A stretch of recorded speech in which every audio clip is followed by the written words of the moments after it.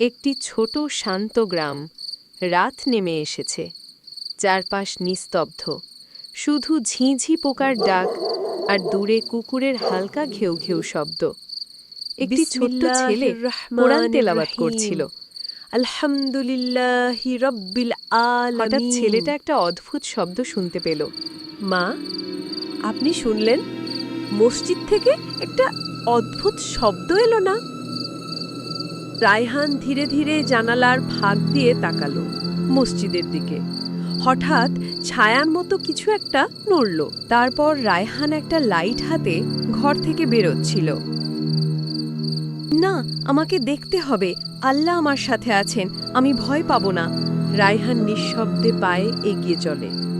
রাতের বাতাস হালকা ঠান্ডা, নীরবতা যেন তার বন্ধুর মতো। ইয়া আল্লাহ, এটা আবার কিসের ডাক? পেঁচা নাকি?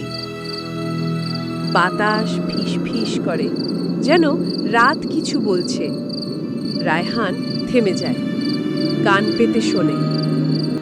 রায়হান মসজিদটা দেখতে পেল। রাতের অন্ধকারে চাঁদের আলোতে মসজিদটা যেন চকচক করছিল। রায়হান মসজিদের দিকে যাওয়া মাত্রই অদ্ভুত একটা ছায়া দেখতে পেল মসজিদের দেয়ালে।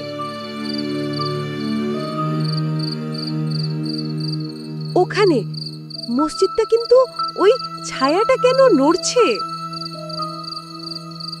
আস্তাগফিরুল্লাহ, এটা কি জিন নাকি? আউযু বিল্লাহি মিনাশ শাইতানির রাজীম। আল্লাহ, আমাকে রক্ষা করুন। রায়হানের দোয়া পড়ার পর ছায়াটি আস্তে আস্তে মিলিয়ে গেল অন্ধকারের ভেতর। ইমাম সাহেব, রায়হান, তুমি এখানে একা? কিছু হয়েছে? রাত অনেক হয়েছে, তুমি একা এখানে এসেছো? রায়হান, তুমি কি কিছু দেখে ভয় পেয়েছো? হুজুর, আমি একটা ছায়া দেখলাম, অনেক ভয় পেয়েছিলাম। ভয় পেও না খোকা, আল্লাহর নাম নিলে কেউই তোমাকে ক্ষতি করতে পারবে না। আল্লাহু নূরুস সামাওয়াতি ওয়াল আরদ। মনে আছে এই আয়াত আমরা পড়েছিলাম? হাসবুনাল্লাহু ওয়া নি'মাল ওয়াকিল। দেখো, এই আলো, আল্লাহর রহমত ঠিক ছায়ার পাশেই থাকে। আমি এতটুকু জিনিসে এত ভয় পেয়েছিলাম? ভয় খোকা তখনই ছোট হয়ে যায় যখন আমাদের মন আল্লাহর প্রতি দৃঢ় বিশ্বাসে ভরে যায়। কথা শেষ করে ইমাম সাহেব চলে গেল। তারপর রায়হান মনের আনন্দে দৌড়ে বাড়ির দিকে যাচ্ছিল।